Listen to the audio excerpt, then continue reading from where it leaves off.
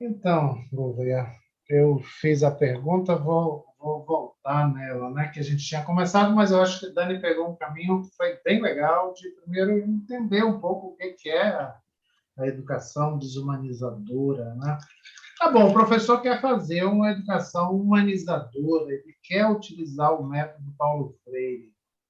Por onde começa? Ou então, uma pessoa que chegou lá no bairro, mora no bairro, quer se juntar com outras pessoas para fazer, para, digamos, organizar ali um movimento de participação, um movimento de maior protagonismo das pessoas. Né? Como é que faz? Como é que começa? Vamos conversar um pouco sobre isso. Vamos sim. Então, pelo que eu entendo da obra de Freire, quer dizer, a primeira premissa é essa, quer dizer, fazer uma opção ética pela humanização. Então, se você não tem clareza disso, né, então a gente pode ter todos os equívocos, e sempre teremos nossos limites, nossas contradições, mas, vamos dizer assim, esse parâmetro inicial, essa referência inicial, é justamente essa postura ética, essa postura solidária. Quer dizer, só alguém que é comprometido em construir a superação das situações de sofrimento humano, quaisquer que sejam, ou de classe, ou de gênero, ou de etnia, por aí vai, vão ser capazes de desenvolver com coerência isso. Então, não adianta, por isso que muita gente fala, não adianta virar e falar, não, o método Paulo Freire. Não. Paulo Freire, né? Claro que ele não tem um método, ele tem 5.418 métodos, cada um pode até criar os métodos, mas ele tem premissas, ele tem princípios e posicionamento filosófico e da teoria do conhecimento, né, e epistemológicos, tal, numa perspectiva da humanização. Então, ele quer uma educação que humaniza. Então, a primeira coisa é isso mesmo que eu quero? Ou eu quero apenas ser simpático com a turma do bairro, eu quero ter algum poder local, ou se eu sou diretor de escola, eu quero dominar aqui a turma para não ter problema. Se são esses os objetivos, então você tem uma variedade enorme de tendências pedagógicas, educacionais para seguir. Mas não diga que você é freiriano. Segunda coisa, se, se o meu princípio básico é humanização ética, eu tenho que admitir que o outro é um sujeito histórico e que detém um conhecimento. Olha, se o outro é um sujeito histórico e detém um conhecimento, ouvir o outro é a primeira exigência para se desencadear isso. Né? Não é virar e falar, eu sei o que é melhor para você. Não.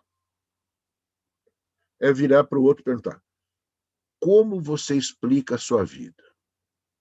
O que te incomoda, o que não incomoda, e como você traz algum tipo de racionalidade, algum tipo de análise para essa situação que você vivencia. E por que você acha que você não consegue mudar essas coisas? Então, na hora que eu estou partindo dessa perspectiva, e aí já de cara uma questão importante, né, da gente colocar, quer dizer, Freire, né, com essa preocupação da humanização, ele não vai diferenciar uma educação escolar de uma não escolar. Né? O que ele vai dizer, e nem de faixa etária. Né? Então, eu posso desenvolver uma educação freiriana, né, na educação infantil ou na pós-graduação. Eu não estou. Eu estou pensando numa forma solidária de construir coletivamente conhecimentos.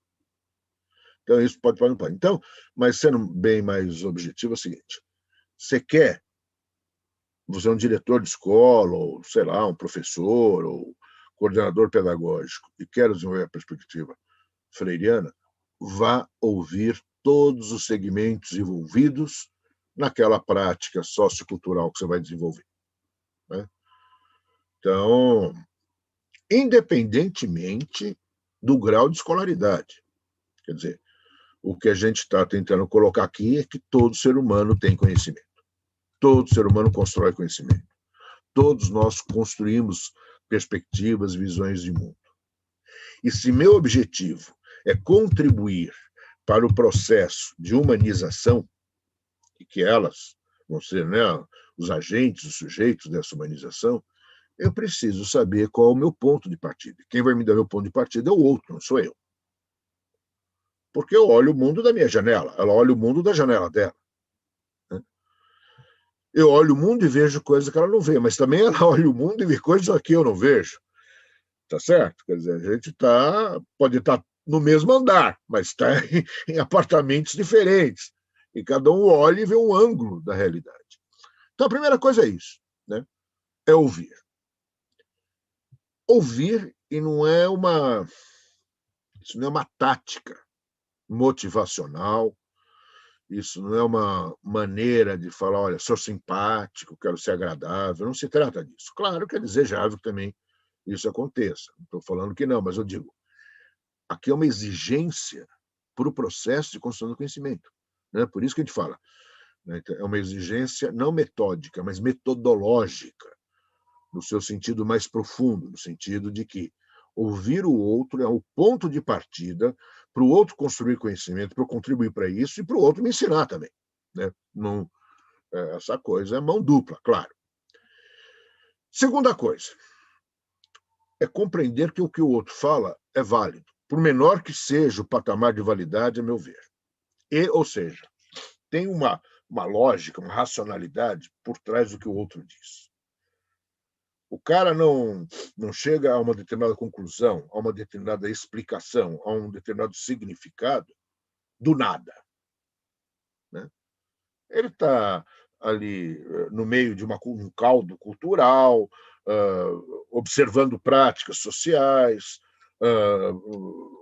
observando, né, relações, como outras pessoas lidam com as situações, e ele vai construindo, né, de uma maneira mais ou menos profunda, com mais ou menos argumento, mas sempre com argumentos, as explicações que ele dá para as coisas, né, para os fenômenos, para as situações. Então, tem que considerar isso. Quer dizer, ouvir o outro não é apenas ouvir e falar, olha, o que você falou foi um monte de bobagem. Né? É ouvir e falar, bom, ali tem uma maneira de explicar o mundo. Segunda coisa, né? Cabe ao especialista numa educação humanizadora, que eu prefiro chamar, né, de educador popular, é o que eu me considero até hoje, né? Quando o pessoal lá me pergunta na universidade, você é o professor? Eu falo, eu sou educador popular. Né? Porque, pelo menos, posso ser até que um péssimo educador popular, mas que eu me esforço para ser um bom educador popular. Quer dizer, eu quero me apresentar assim, esse é o meu RG. Agora, se faço jus ou não, aí está na mesa, podemos discutir. Mas, enfim, eu viro e falo assim, olha, eu tenho uma exigência também ética de compreender aquilo que Marx chamava, né, o particular ou a parte num todo social. Quer dizer, eu não posso achar que cada cidade, cada comunidade, cada grupo é independente das relações que se estabelece, né, no bairro, na cidade, no estado, no país, e no mundo ocidental. Né? Não estou falando do mundo oriental, até porque nosso contato é tão grande, mas eu digo a partir, vamos dizer assim, desses todos colonizados pela visão eurocêntrica e por aí vai. Então, na hora que eu começo a entender, eu falo assim, mas por que esse cara explica assim? Né? Por que ele se acha inferior? Quem já deu aula, de muito tempo, aula em educação de jovens e adultos. Aí, então, os colegas aí de Porto Alegre, muita saudade, né? Atuei muito com eles tal, e conversamos muito. A gente sabe que a gente vai do Oiapoque ao Chuí, da aula de educação de jovens e adultos, você pergunta no primeiro dia de aula, gente, e aí, por que vocês estão aqui? Como é que, né? Conta um pouco da história. A primeira coisa, professor, eu estou aqui porque eu sou burro. Né? Em todos os lugares. Quer dizer, falar que isso não tem a ver com algo, né, que vai além daquelas relações práticas imediatas, mas que isso perpassa uma certa cultura instituída nas diferentes instâncias, da sociedade faltar com as evidências, né? Então, a segunda coisa é eu ver aquela parte nessa totalidade, quer dizer, em que medida, na hora que um cara de educação de jovens e adultos fala, eu estou aqui porque eu sou burro, ou seja, a vítima se culpabiliza pela sua situação de vítima, pela sua vitimização, eu tenho que entender como as relações sociais, culturais e econômicas se dão no sentido de levar esse sujeito, né, vamos dizer assim, a se conformar ou aceitar um determinado valor externo a ele, contra a sua própria vida. Então, isso que a gente está chamando, quer dizer, se eu ouvir, levei em consideração, é começar a entender a origem daquela visão de mundo numa forma como a sociedade está organizada, né? No plano do significado da cultura, do simbólico, no plano político, do social e no plano do acesso à materialidade, né? A condição de sobrevivência humana. Compreendendo isso, vamos dizer assim, eu posso me organizar pedagogicamente para convidar esse outro que pensa diferente a visitar essas diferentes instâncias de compreensão do real. Quer dizer, se eu, para compreender aquilo, me distanciei daquela realidade imediata, daquele momento particular, daquela sala de EJA, vamos dizer assim, pegando aqui um exemplar aqui que eu estou comentando, eu tenho que pensar como é que eu posso organizar uma dinâmica de ensino-aprendizagem onde eu convide esse outro a ir visitando essas instâncias que eu visitei quando analisei aquela situação. Mas veja, não é uma questão, e aí muitas vezes é o equívoco que as pessoas não entendem em relação, não é, à perspectiva freiriana, não é chegando lá e falando, não, você está equivocado, você foi educado para achar que é burro, é esse sistema, é o neoliberalismo. O cara não vai entender nada. E com toda a razão. Ele é capaz até de responder isso na prova. Ele é capaz até de virar para os colegas e falar, olha, tudo que for do mal, coloca na alternativa neoliberalismo que você acerta. Tá certo? Agora, isso daí, gente, isso daí é outro tipo de imposição que muitas vezes é colocada. Então, vamos dizer assim, essa pedagogia que me convida, que é uma pedagogia que convida o outro, né, a compreender sua realidade a partir de diferentes perspectivas, exige um procedimento de teoria do conhecimento que é fundamental, que se chama problematização. Então, eu não vou lá e fazer o discurso sobre o outro, mas eu vou desenvolver a capacidade de provocar no outro situações onde aquela visão de mundo que ele defende não se mostra consistente. E na hora que eu estou fazendo esse convite, né, aqui nessa analogia, nessa metáfora aqui, fala assim, ou seja, eu estou levando o cara a olhar o mundo por uma janelinha que ele nunca olhou, né? Só para essa visão aí de paisagem, essa coisa que a gente começou, só para ficar mais ilustrativo. Na hora que eu faço isso, novidades aparecem, situações novas aparecem. E que é aí que as pessoas falam, bom, se aquele jeito que eu explicava não dá conta, né? Como é que eu vou explicar essa nova coisa? Bom, aí entra o conhecimento universal sistematizado, entre eles a ciência ocidental e outras, mas no caso, nosso acesso mais ocidental. Entra para quê? Para me ajudar a compreender aquela situação que foi meu ponto de partida, para eu apreender aquela situação a partir de uma outra perspectiva, de um outro olhar.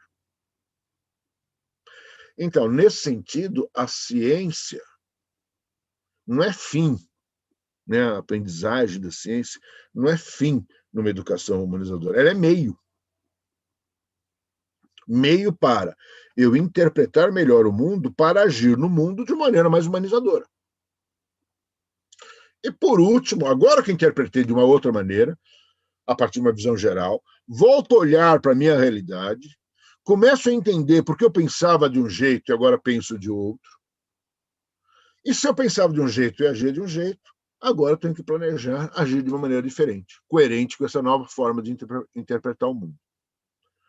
Então, vamos dizer assim, isso aí tudo que eu falei, Zé, é só para a gente perceber o seguinte, quer dizer, ouvir o outro, considerar aquilo como uma visão de mundo, por mais limitada que seja no sentido humanizador, válida, fazer uma leitura crítica, de preferência com seus pares, se você tiver colega, quando não tem, vai tu mesmo, né? Se só tem tu, vai tu mesmo.